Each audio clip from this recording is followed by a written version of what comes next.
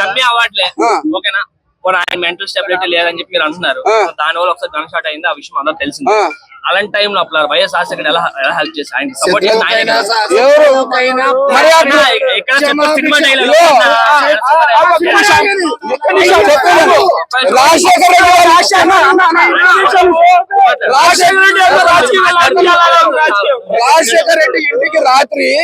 రాజశేఖర్ ఇంటికి రాత్రి ఎవ్వడు పోయినా అన్యాయం చేయడు.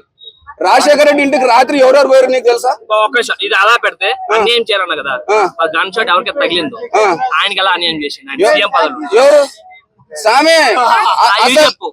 అసలు కాల్చి చంపినోడు పోయే, కానీ ఏదో నేను అడిగింది ఒకటే అన్న, అన్యాయం చేయడం రాజశేఖర రెడ్డి ఎవరు ఆ రోజు అన్యాయం చేయడం పోల్చిన వాడికి అన్యాయం చేయడం, ఎవరైతే కాల్చుకున్నాడో ఆయనకి ఎలా అన్యాయం చేసింది?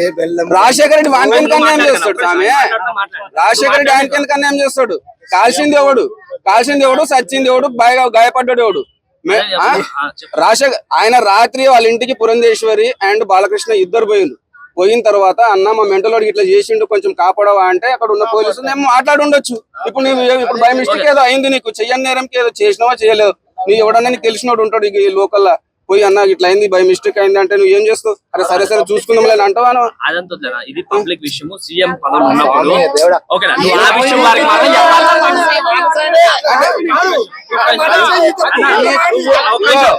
పవన్ కళ్యాణ్ మాట్లాడు అడు నీ క్వశ్చన్ లో పాయింట్ ఉంటే ఈక్వాలిటీ ఉన్నప్పుడు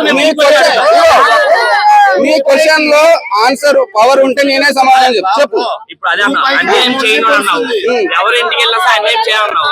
అన్యాయం చేయనప్పుడు ఎవరైతే కాల్చిండు బాలకృష్ణ ఆయనకి ఎలా అన్యాయం చేసినారు? అసలు కాల్చుకునే అన్యాయం చేసినాక ఆయన ఏం చేస్తాడు సార్? ఆయనకి ఎలా సపోర్ట్ చేస్తాడు? సపోర్ట్ చెయ్యడు, సపోర్ట్ చేయలేదు అందరూ తెలుసు ఎవరు రాజశేఖర రెడ్డి సపోర్ట్ చేయలేదా? సపోర్ట్ చేస్తే మెంటల్ సర్టిఫికేట్లు ఎందుకు తెప్పించుకుంటాడు వీడు? ఏదని తెప్పించుకున్నా మెంటల్ సర్టిఫికేట్లు తీసుకొని వచ్చి నాకు బాగాలేదు అని చెప్పి ఆయన బయట పడ్డాడు. ఈ ఫ్రెండ్ కి అన్యాయం చేసి ఎందుకు చేసినాడు?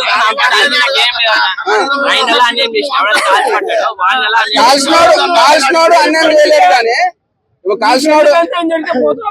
ఇప్పుడు కాల్చినోడు అన్యాయం చేసినాడు, అది వాడు బానే ఉంటాడా? కాల్చినోడు బానే ఉంటాడు, కానీ ఏదో మాట సాయం చేసినాడు అక్కడ మెయిన్ దోషిన